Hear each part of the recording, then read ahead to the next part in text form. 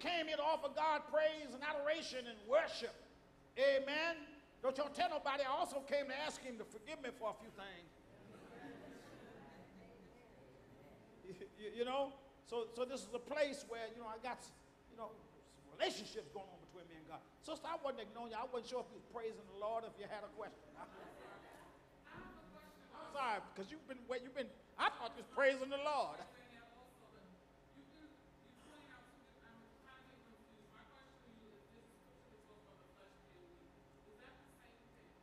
Yes, yes, yes.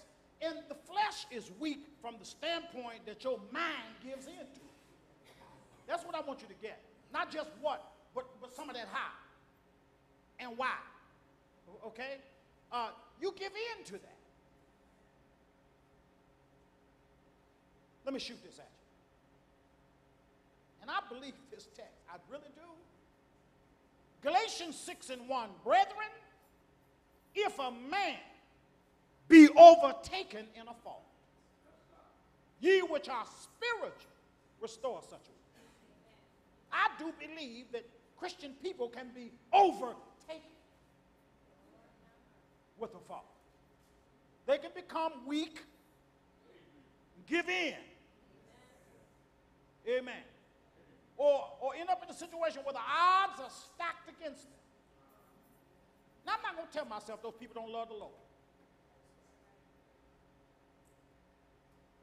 But this can be a rough journey sometimes. Amen. And so what you got to do is learn from that.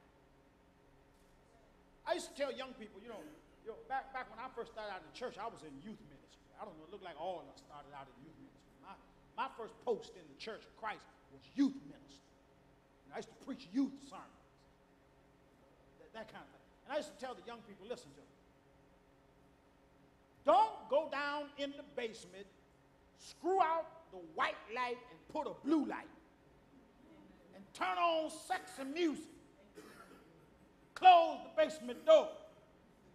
You and your boyfriend get down there, but you're going to avoid temptation.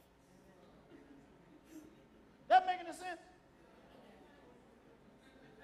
That's just like saying I don't want to get burnt, but you're going to crank up the fire.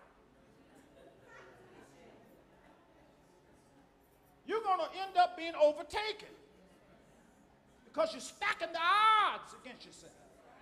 Why are you flirting with something you know that you're weak over? Hormones raging. Amen. Mama gone, daddy ain't home. I can do what I want to do. Your flesh will take you over. Even though you're sitting there going, woo, if my mama caught me.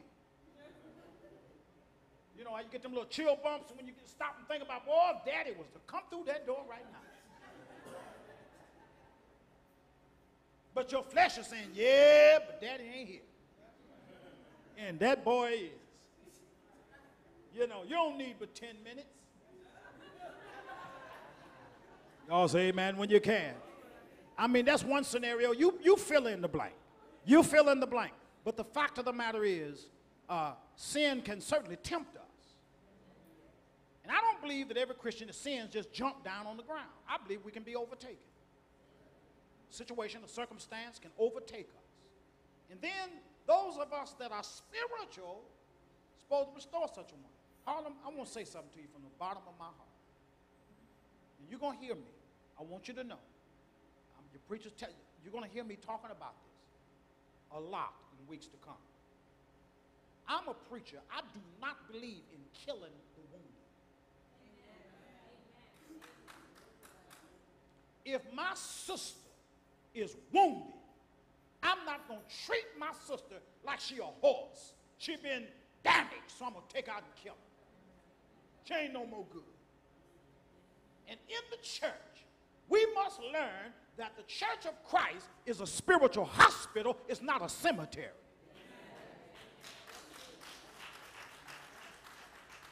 And then it calls upon me and it calls upon you to be grown, adult, mature people. To say, here's a chance for me to minister to somebody. Amen. Because the truth be told, all of us up in here that had one challenge or another in our life. Some of us real good at keeping our business to ourselves.